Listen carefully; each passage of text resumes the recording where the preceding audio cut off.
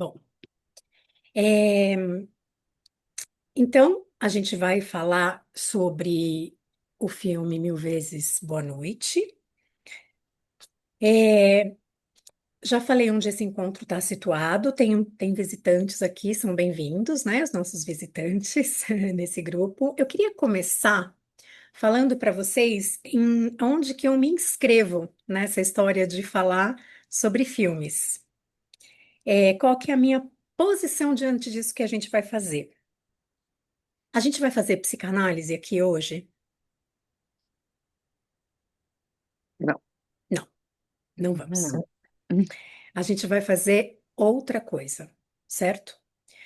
É, toda vez que a psicanálise precisa de um sobrenome, de um complemento, é porque ela saiu do seu lugar de origem, na minha leitura e de alguns lacanianos, né? A psicanálise é uma coisa só. Todo o resto que tem os complementos, psicanálise extramuros, psicanálise cinema, psicanálise arte, leitura psicanalítica de filme, e eu incluo aqui leitura psicanalítica dos nossos atendimentos, dos casos, discussão clínica. Isso é outra coisa. A psicanálise não é lente para enxergar o mundo, não é um método interpretativo generalizável, não é um modo de ver a vida, uma filosofia de vida. Ela se define por um dispositivo específico, uma situação analítica entre o analista e o analisando, onde algo do sujeito se produz, se cria, se inventa, se recorta a partir dos cortes. É uma invenção de inconsciente, eu diria de algum modo, parafraseando o Ricardo Goldenberg, que parafraseia o Cazuza. O inconsciente a gente inventa para se distrair e quando acaba a gente pensa que ele nunca existiu. Então, tô dizendo isso para a gente, porque eu ando escutando por aí que psicanálise é um modo de vida, a gente sai por aí sendo psicanalista, enfim, não é como eu penso. Eu respeito quem pense assim, não é como eu penso. Quando eu saio do setting entre eu e o meu analisando, eu vou dar opinião na vida das minhas amigas, certo? A minha amiga vai perguntar: você acha que eu caso ou compro uma bicicleta? Eu vou falar para ela: vamos ver, peraí, casar, não sei o quê. Claro que sim, lógico que sim. Certo? Espero que continuar fazendo isso. Bom, então eu fiz uma leitura do filme. Então, o que a gente vai fazer aqui é outra coisa, é outra história, né? Não é psicanálise. Eu pensei na estrutura do filme como uma continuidade topológica, que a gente introduziu um pouco a topologia nesse primeiro capítulo do livro. A Michelle traz a banda e traz o grafo, que a gente tem falado nos grupos. Nesse aqui, inclusive, a gente já passou por essas duas figuras topológicas. Então, antes de entrar nos conceitos que eu recortei, eu queria dizer alguma coisa sobre o que eu penso que o filme constrói, né? Tem um aparente contraste permanente entre dois mundos, as zonas de guerra e a vida doméstica, a paz da vida doméstica.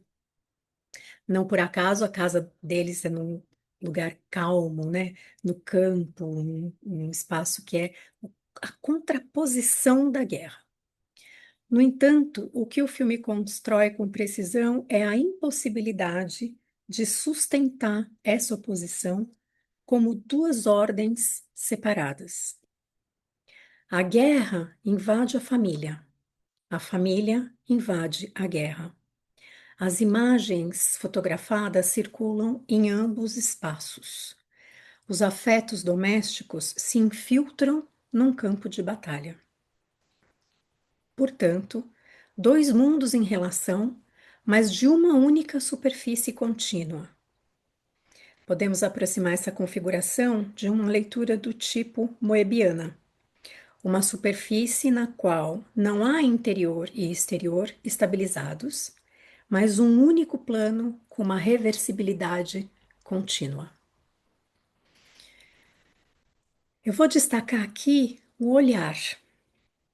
Antes de ser um filme sobre guerra, maternidade, fotografia, escolha de profissão, Mil Vezes Boa Noite é um filme sobre o olhar.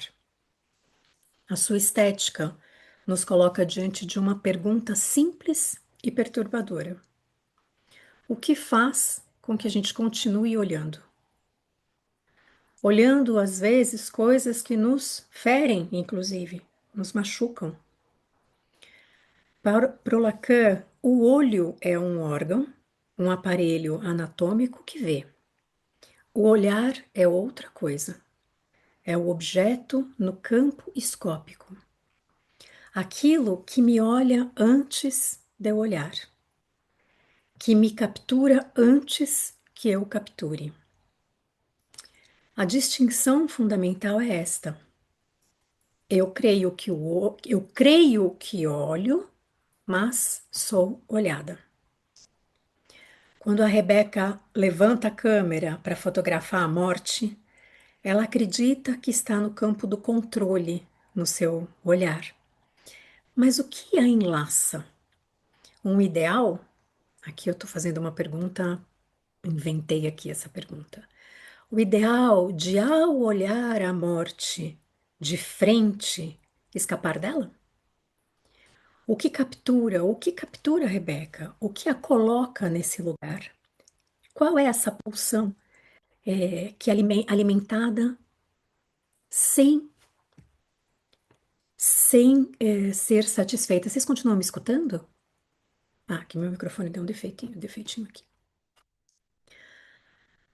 É, no seminário 11, o Lacan usa uma imagem que eu gosto muito, que é a lata de sardinha que brilha no mar. Um pescador aponta uma lata de sardinha e diz: Você vê aquela lata? E ela não te vê.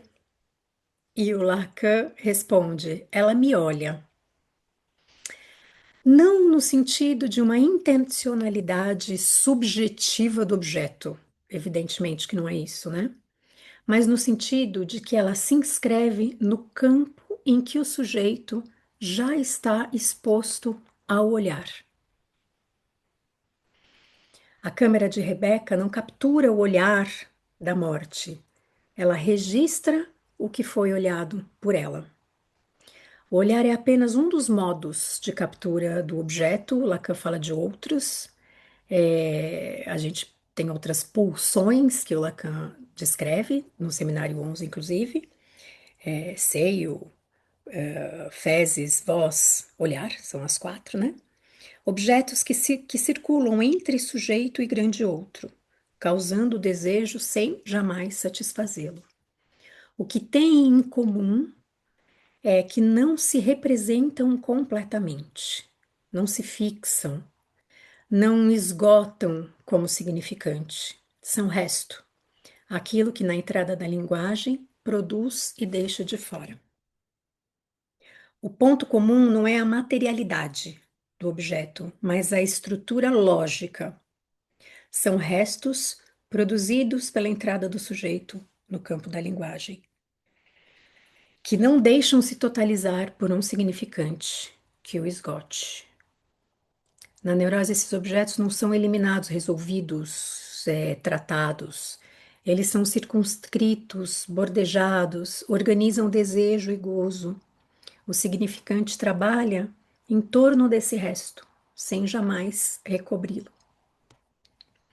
E aí a gente vai para a divisão subjetiva da, da Rebeca e da neurose.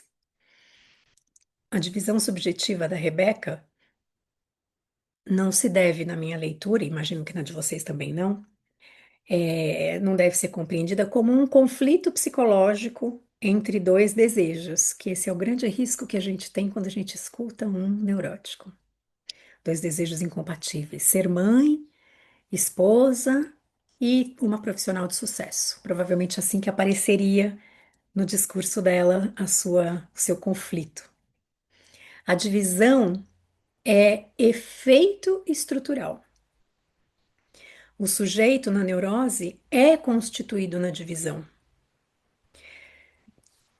A gente acredita que seja, de um lado, a guerra, onde se articula a relação ao real, a pulsão, para Rebeca, e do outro, a família, onde ela se inscreve nos laços simbólicos, demanda, tem demanda do outro, né? Vive ali amor, afetos, enfim.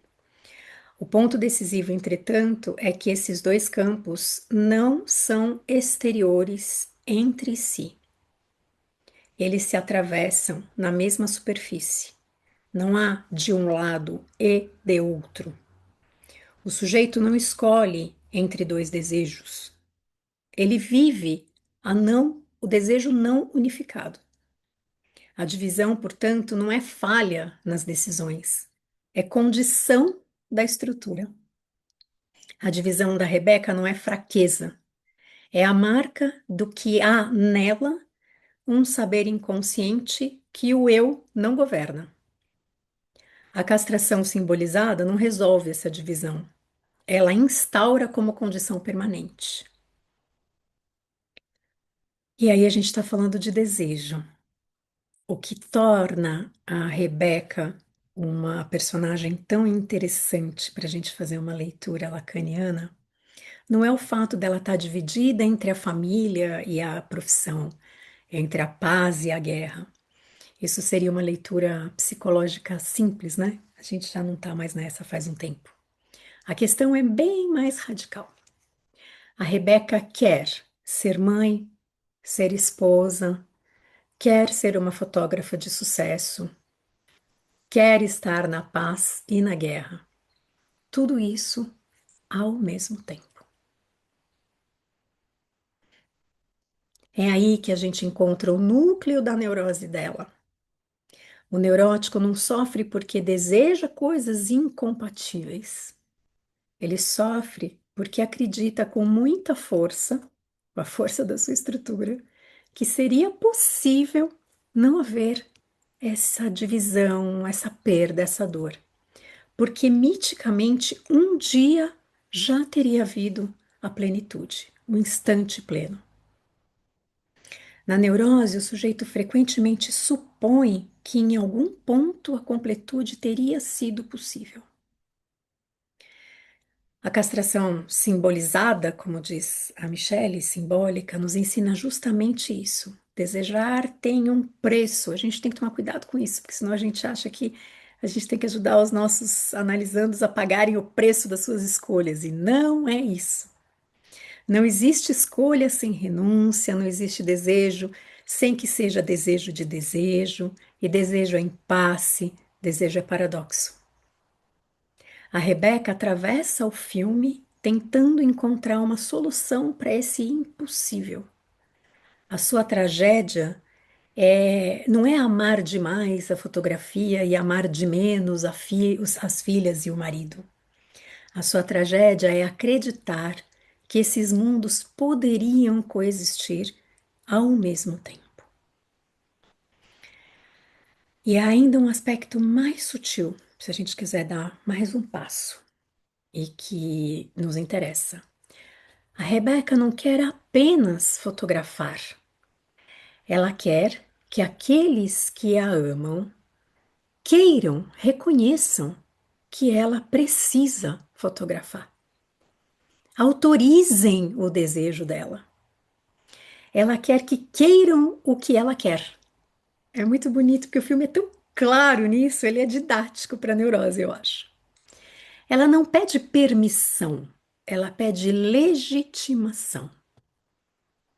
É precisamente aí que a gente encontra o que há de mais específico, de singular aí na posiçãozinha dela. Esse desejo de reconhecimento. Na minha leitura, talvez alguém tenha tido outra leitura, a gente vai conversar sobre isso. Aí eu recordei pequenas cenas do filme, já estou finalizando aqui a minha leitura para disparar a nossa conversa, para trazer umas provocações para a gente aqui. Cenas inevitavelmente recortáveis, né? Que todo mundo vai lembrar. A filha diz: Por que você começou a tirar fotos, mãe? Essa pergunta da filha é, sem saber, uma pergunta do desejo da mãe, claro. É um que foi, digamos assim, encarnado, né? O que que te move? O que que você quer para além disso que você me apresenta que você é? E a resposta da Rebeca é precisa: raiva. Eu era furiosa quando eu era jovem e as fotos foram a minha salvação. A fotografia não resolve a raiva, ela a transforma em alguma outra coisa. Seria um objeto como causa de desejo? Algo que pode servir como possível solução, ainda que temporária, para a falta fundamental aí da neurose? Que ainda que não tampone completamente, mobiliza o sujeito em direção a alguma coisa? Fotografar? Não estou falando de sublimação moralizante, não é disso que eu estou falando, mas de inscrição simbólica, de uma tensão que permanece ativa. A divisão subjetiva da Rebeca está aí, nessa frase. Ela não sabe inteiramente por que fotografa. Sabe que era furiosa. Sabe que as fotos a salvaram. Mas não sabe que a salvação é a mesma coisa. O que a salva também a condena. Quero tocar as pessoas, diz Rebeca, que reajam tomando café da manhã quando veem as minhas fotos. Aliás, vou contar para vocês que em um dos momentos que eu estava assistindo o filme, eu estava tomando um café, porque eu fui vendo o filme dessa segunda vez para apresentar aqui em pedaços, porque eu já tinha visto, mas aí para eu preparar a minha apresentação, eu revi e eu fui vendo em pedaços. E eu realizei a fantasia da Rebeca, porque quando eu estava tomando café, eu tive que parar. Não dá para tomar um café assistindo as fotos que ela propõe para gente, algumas cenas do filme. Não, não acontece, é incompatível. A fotografia da Rebeca tem um endereço, o outro. Ela não fotografa para si, entre aspas, não é? Fotografa para que o outro reaja, para que o outro seja tocado. O desejo não se sustenta sem endereço. Rebeca não quer que o outro reaja apenas. Ela precisa disso para saber sobre ela, sobre o valor dela. É uma lógica do que foi? A gente poderia brincar assim? Existe uma lógica no que foi? O que que eu provoco no outro? O que que o outro me provoca? A lógica fálica, talvez fosse o nome mais apropriado. E é um detalhe que a gente não pode perder aí. Ela quer que o outro reaja tomando café da manhã, no momento mais doméstico, mais protegido. A fotografia da guerra invadindo a proteção da vida comum. Ela quer que o horror toque o que o esquecimento protege. Isso tem uma estrutura zica de fantasia na minha leitura. O sujeito imagina a cena do outro sendo afetado. E é nessa cena imaginada que o desejo se sustenta. Não para satisfazer, mas para continuar circulando. Entre a fantasia da guerra invadir o café da manhã das casas e a realidade da invasão da guerra no café da manhã das filhas e do marido, temos aí o paradoxo. A fantasia, sua faceta fantasmática. Comecei algo que não posso parar, diz a Rebeca para a filha.